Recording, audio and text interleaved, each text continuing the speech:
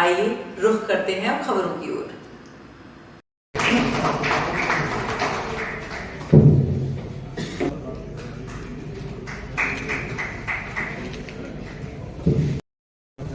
संस्थान के सचिव श्री नरेंद्र सिंह जी से कि डॉक्टर श्री राम गोयल जी का माला पहनाकर सम्मान करें।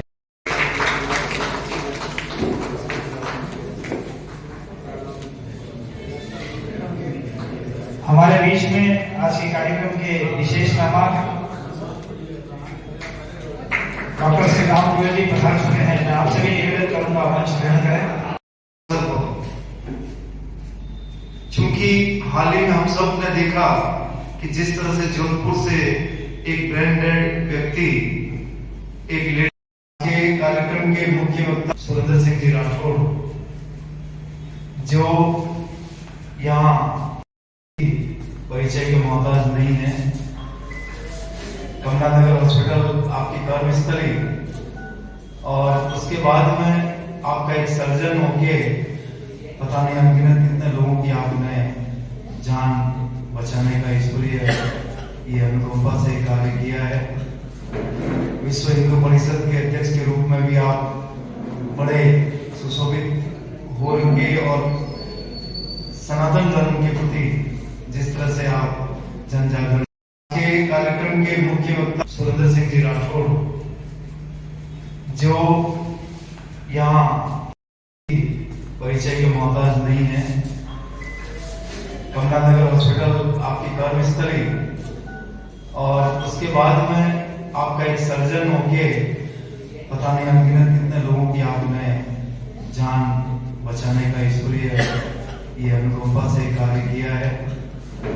विश्व हिंदू परिषद के अध्यक्ष के रूप में भी आप बड़े सुशोभित होंगे और सनातन धर्म के प्रति जिस तरह से आप जन जागरण जोधपुर के गणमान्य व्यक्ति हमारे बीच पधारे हैं। आप सबका स्वागत उद्बोधन और संक्षिप्त रूप से जानकारी बहुत बड़ा समाज के लिए बहुत बड़ा समाज के ऊपर एक उपकार है।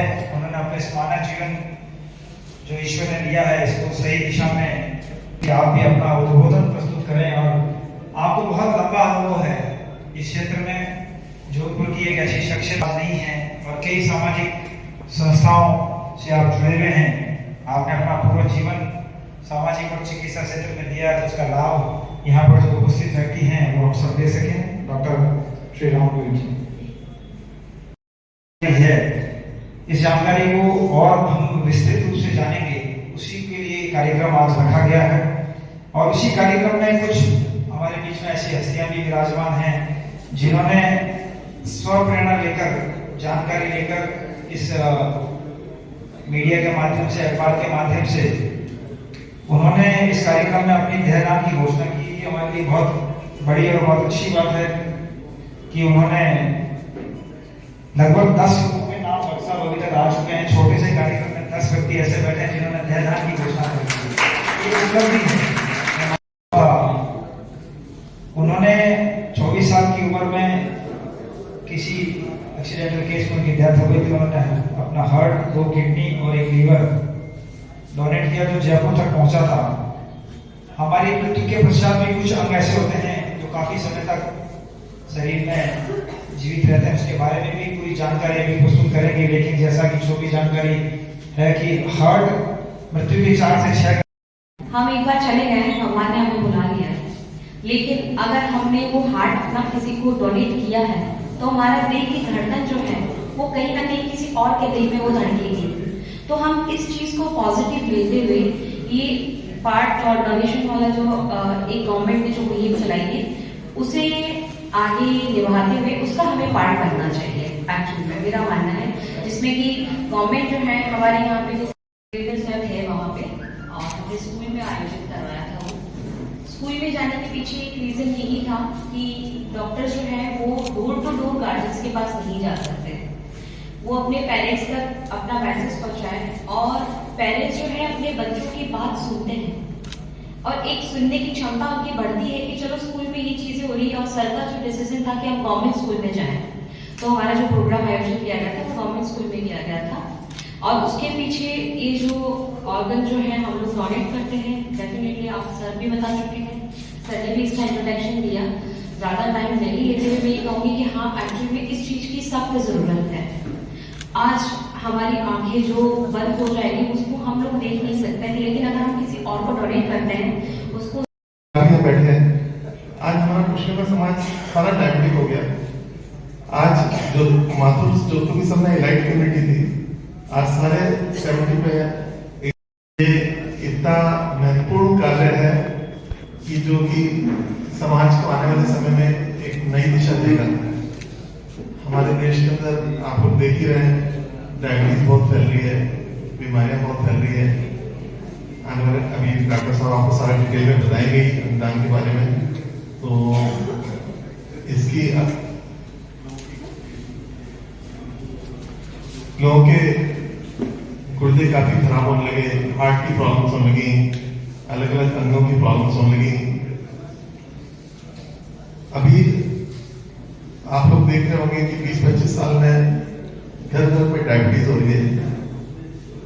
कोई बता सकता है इसका क्या कारण है? डायबिटीज का बात आज राष्ट्रीय अंगदान दिवस की, और जहां पहले बात चल रही थी कभी नेत्रदान की, चल रहा है निरंतर रक्तदानों का अनेक शिविरों का आयोजन, और अब जरूरत है आज अंगदान की। और हमारे साथ जहां अंगदान को प्रेरणा देने के लिए जुड़े हैं उमेद राज जी, बिल्कुल जानना चाहेंगे कि ये जो अंगदान की जो मुहिम आपने शुरू की है, क्योंकि व्यक्ति जब चला जाता है उसके बाद अंगदान करने की जरूरत होती है, और नेत्रदान के रूप में तो तत्काल किया जा सकता है। अंगदान के लिए आप किस तरीके से प्रेरित कर रहे हैं और समाज कैसे जागरूक है? आज राष्ट्रीय अंगदान दिवस पर मैं जोधपुर वासियों का बहुत शुक्रगुजार हूँ कि आज इस कार्यक्रम में शनिश्री थान में अंगदान जागरूकता अभियान जो चलाया जा रहा है उसमें आप सभी उपस्थित हुए हैं।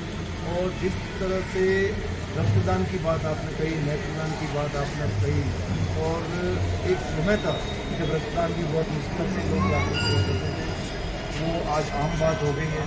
उसके बाद में नेत्रदान की भी मुहिम चली थी, और नेत्रदान की लगभग आज जिस घर में कोई मृत्यु होती है तो हजारों फोन हमारे पास भी आते हैं नेत्रदान के लिए। लेकिन आज सबसे बड़ी विकट स्थिति अंगदान को लेके आज राष्ट्रीय अंगदान दिवस के ऊपर हम ये बात करेंगे कि हिंदुस्तान के अंदर 3 लाख से अधिक लोग अंगदान की प्रतीक्षा में हैं, क्योंकि उनके अंग फेलियर हो चुके हैं और प्रत्यारोपित किए जाने हैं दूसरों के अंग। बड़ी विकट स्थिति है कि ब्रेन डेड होने की स्थिति में डॉक्टर जब बोल देते हैं कि अब इसका कोई इलाज संभव नहीं है, ऐसे में हमें हमारे यार दोस्त रिश्तेदार आस पड़ोस या यहाँ पे भी हम ऐसा कोई वाक़या देखते हैं तो हमारा कर्तव्य बनता है कि हम उन परिवार के साथ जाएं, उनको संवेदना व्यक्त करें, उनको एक बात बताएं कि आपके व्यक्ति लगभग डेथ हो चुकी है इनकी, लेकिन इनको आपके जहन में जीवित रखा जा सकता है हमेशा के लिए, और वो इसकी देह दान करके या इसके अंगदान करके आप इसमें 8 लोगों को यहाँ पे बेनिफिशियरी कर सकते हैं। क्योंकि हार्ट, किडनी, लीवर, कई तरह के ऐसे ऑर्गन हैं जो जिनके फेलियर हो गए हैं, उनको ये प्रत्यारोपित किए जाकर उनके जीवन को बचाया जा सकता है। तो मैं आप सभी से आग्रह करूँगा कि ब्रेन डेड की स्थिति में तो कम से कम आप ज़्यादा से ज़्यादा इस बारे में आप अपना ध्यान आकर्षित करें, लोगों को मोटिवेट करें, परिवारों को मोटिवेट करें, और उनके अंगदान के लिए संबंधित मेडिकल कॉलेज या संबंधित चिकित्सा विभाग में जाके और अपने अंगदान के लिए पंजीयन करवाएं और अंगदान देकर लोगों के जो 8 लोगों के जीवन को बचा सकता है। अभी हाल ही में जोधपुर से जयपुर 8 घंटे में पहुंचा था और वहाँ प्रत्यारोपित हुआ था। तो कितनी बड़ी मिसाल होती है कि आपके मृत्यु निश्चित है, ब्रेन डेड हो चुका है, लेकिन आपका ये शरीर 8 लोगों को जीवन दे सकता है। इससे बड़ा मैं समझता हूँ कि हो सकता है आपके घर में एक आदमी कम हो रहा है, लेकिन 8 परिवारों के आदमी बच रहे हैं। इससे बड़ा आपके लिए ये मौका कभी नहीं हो सकता। तो ऐसा जीवन में ईश्वर ना करे किसी घर में ऐसी स्थिति पैदा हो जाए, एक्सीडेंटल स्थिति में या किसी भी कारण से ब्रेन डेड होता है, आप ज़्यादा से ज़्यादा अंगदान देने की भावना रखें, लोगों को जागरूक करें। यही मेरा आग्रह है, यही मेरा निवेदन है। बहुत बहुत धन्यवाद। बिल्कुल शानदार तरीके से अपनी बात कही। लेकिन महिला शक्ति भी जिस तरह से आगे आ रही है, क्या सोचती है आप अपनी इस मुहिम को जब आगे बढ़ाना चाहेंगे तो किस तरीके से बढ़ेंगे? नाम आपका? मेरा संगीता अरोड़ा मामा, मनोज बाबा अरोड़ा पीछे समाज से हूँ मैं, हमारा महिला ग्रुप में। और जो रक्तदान तो वैसे सभी करते हैं, लेकिन आज सर ने बताया है कि अंगदान बहुत बड़ा एक तरह का दान है। 8 जिंदगियाँ अपन वापस जिंदा कर सकते हैं। चाहे नेत्रदान पहले बहुत करते थे, अंगदान की तरह भी मैं चाहती हूँ कि कम से कम सभी को मोटिवेट करें। और लोग देहदान भी कर रहे हैं, मेरे हस्बैंड तो देहदान करना चाहते हैं और अभी फॉर्म भी भर रहे हैं। देहदान की जहाँ बात आती है, आप देखते हैं कि वो तो मृत्यु के बाद भी किया जा रहा है, लेकिन जहाँ ब्रेन जहाँ डेड हो जाता है और वहाँ के लिए जो हो रहा है, तो उस तरीके से आपके इन संस्थानों के द्वारा जो कार्य हो रहा है वो क्या हो रहा है? हम सबको मोटिवेट करते हैं। अभी इतनी जागरूकता नहीं है सब में, जैसे जैसे आपका हिसाब और सब लोग बताएंगे तब लोग जागरूक होंगे। धीरे धीरे आ रही है जागरूकता। हमारी इच्छा है अभी हमारा अगर हार्ड काम करता हो, कितनी काम करती हो, तो हम अनुदान करना।